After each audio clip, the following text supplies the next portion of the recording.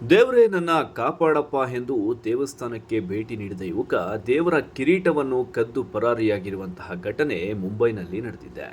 ನಗರದ 5ನೇ ರಸ್ತೆಯಲ್ಲಿರುವಂತಹ ವಿಠ್ಠಲ್ ದೇವಾಲಯದಲ್ಲಿ ಬೆಳ್ಳಿ ಕಿರೀಟವನ್ನ ಕದ್ದ ಆರೋಪದ ಮೇಲೆ ಕಸ್ತೂರ್ಬಾ ಪೊಲೀಸರು ಘನ್ಶ್ಯಾಮ್ ವರ್ಮಾ ಎಂಬುವರನ್ನ ಬಂಧಿಸಿದ್ದಾರೆ.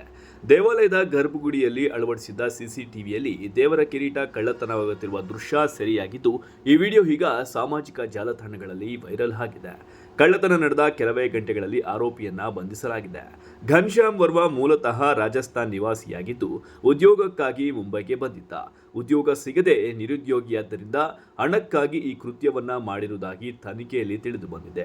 ಸದ್ಯ 350 ಗ್ರಾಂ ತೂಕದ ಬೆಳ್ಳಿ ಕಿರೀಟವನ್ನ ಕದ್ದಿರುವುದನ್ನ ಸಿಸಿಟಿವಿಯಲ್ಲಿ ಕಾಣಬಹುದಾಗಿದೆ.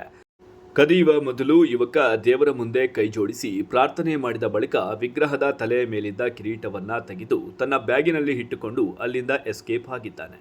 ಇದಾದ ಬಳಿಕ ಅದೇ ದಿನ ಪೊಲೀಸರಿಗೆ ಸಿಕ್ಕಿಬಿದ್ದಿದ್ದಾನೆ.